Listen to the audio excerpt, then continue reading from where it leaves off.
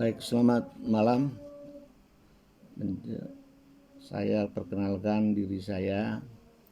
Saya dosen tetap Fakultas Hukum Universitas Bung Karno, Jalan Kimia, Jakarta Pusat, yang sudah sebagai pengajar di Fakultas Hukum sejak tahun 99 atau 2000, sejak didirikannya Universitas Bung Karno.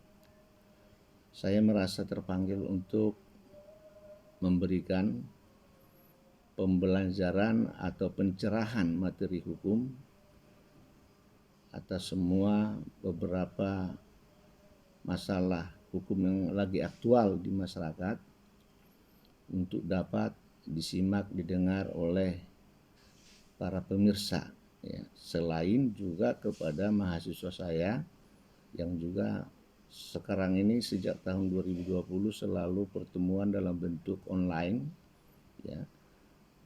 Nah, diharapkan dengan adanya pembelajaran hukum ini juga dapat menjadikan momentum untuk meningkatkan kepatuhan hukum.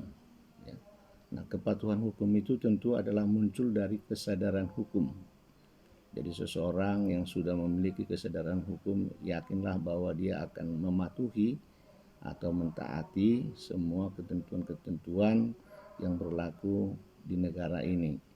Nah, untuk timbulnya suatu kesadaran hukum itu hanya bisa ditempuh melalui pengalaman-pengalaman, baik itu yang terorganisir melalui diskusi di bangku kuliah seperti antara dosen dan mahasiswanya.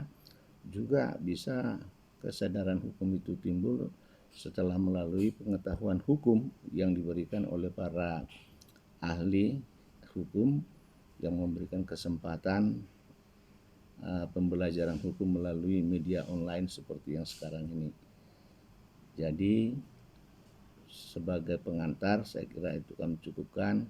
Sejak saat ini nanti akan muncul nanti beberapa materi hukum kuliah yang saya ajarkan secara online di dalam kuliah tatap online dengan mahasiswa saya, dan juga akan muncul beberapa materi hukum yang lagi aktual terjadi di dalam masyarakat seperti yang sekarang ini, antara lain adalah adanya semacam pembunuhan kepada Brigadir J Huta Barat yang lagi menarik perhatian, yang sebelumnya juga banyak beberapa kasus di Kerawang yang sampai sekarang belum ada penyelesaian atau belum terungkap siapa sebagai pelaku yang melakukan tindak pidana pembunuhan tersebut.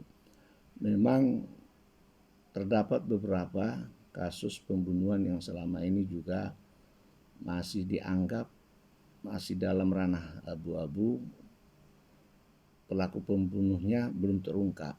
Tetapi ingatlah bahwa serapi-rapinya suatu kejahatan dilakukan akan ada titik lengahnya. Dari situlah nanti akan ditarik suatu garis untuk bisa mengungkap kasus-kasus yang demikian.